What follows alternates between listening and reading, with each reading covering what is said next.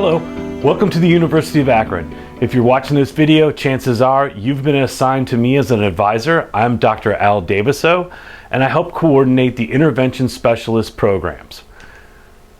First thing we need to do is meet and discuss your program plan.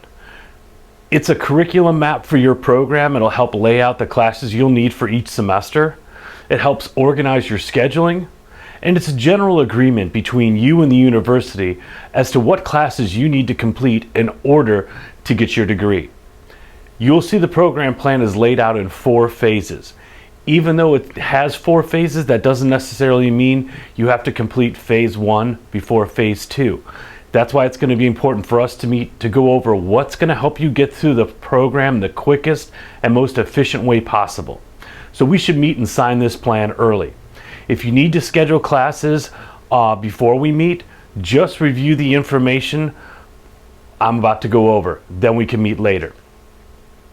Here's a copy of what a program plan looks like, depending on whether you're going for mild to moderate licensure or moderate to intensive intervention.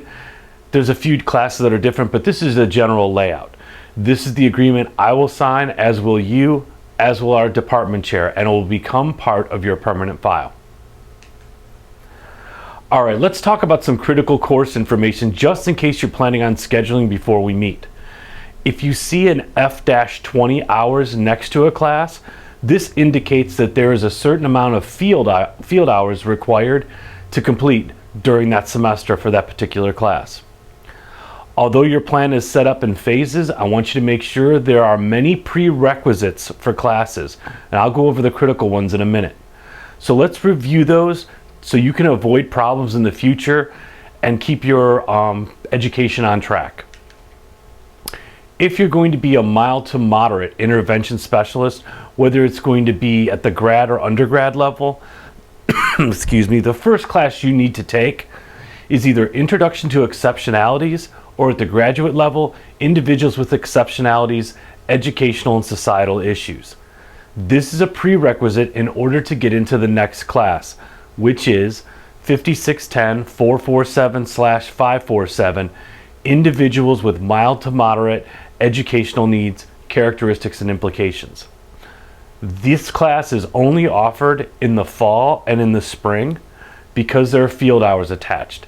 Every once in a while, it might be able to be offered in an interim session during the summer, but don't count on that. So remember, first thing is the Introduction to Exceptionalities. Second is Characteristics and Implications.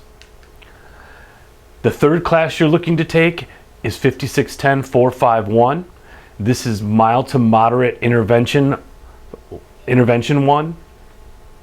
And you'll need that before you get into Mild to Moderate Programming 2. These 2 classes are only offered in the fall and spring due to the field hours attached that you will be spending time with students in a classroom. So make sure you plan accordingly. It's very, very similar for students attempting to get licensure in intervention specialist, moderate to intensive. The first 2 courses are the same. You're looking at Introduction to Exceptionalities and Individuals with Exceptionalities at the grad level. This will help you get into the characteristics and implications for moderate to intensive characteristics and implications.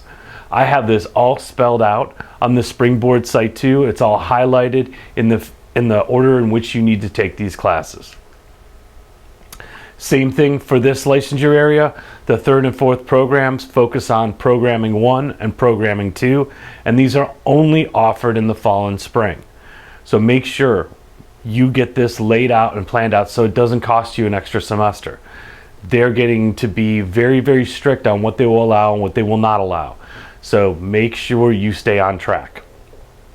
As far as the reading classes go, I have these laid out. You want to take Understanding Literacy, Development, and Phonics.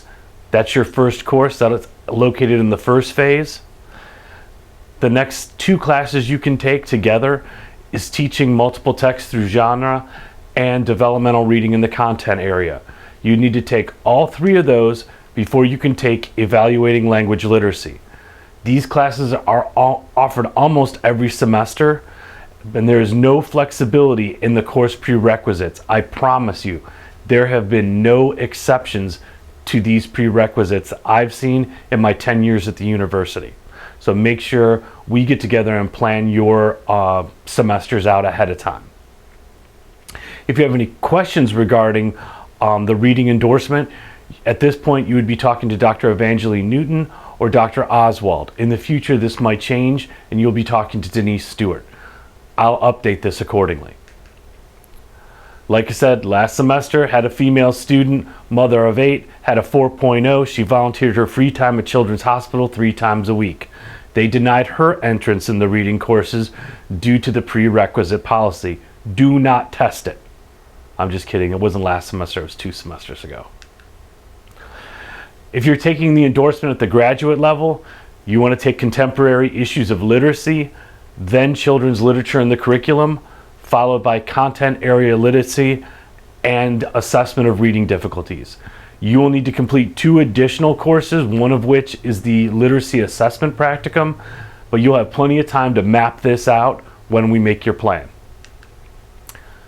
So now that I gave you just some of the warning signs, I want to make sure you're comfortable. I've put a lot of information on Springboard. This is going to be your website for the rest of your career if you want it to be. I have my students added to this early and they continually add it even after graduation, because what's on there, you'll see job postings are on there. I want to make sure if there's an opportunity for you out there, you're able to get it. I will update this accordingly each semester. Other information you might find on there, your detailed program plans with notes, the Ohio Assessment for Educators information, including study guides, student teaching information and updates, information on TK20, how to implement course requests online, and how to find jobs. There's an entire section on there on developing appropriate resumes, questions you should be expected to answer and ask during the interview process to become an intervention specialist. And like I said, job postings will be there. If you have any questions, please email me at ad39@uakron.edu. This is the quickest way to schedule an appointment. My office is probably going to change due to renovations in Zook Hall in the fall of 2014. But please, I'm always available for students. Check out my website if you can't, on Springboard, if you can't get a hold of me right away. But we can schedule your program plan meeting as soon as possible. If you have any emergency questions, please contact me through my cell, 330-603-2719. And if you text me, make sure you include your name. That's a mistake students often make. So if you forget, I'll just say, who is this? And we'll go from there. All right, quick introduction. Good luck. Have a great semester at the University of Akron, and I look forward to meeting you soon. Talk to you later.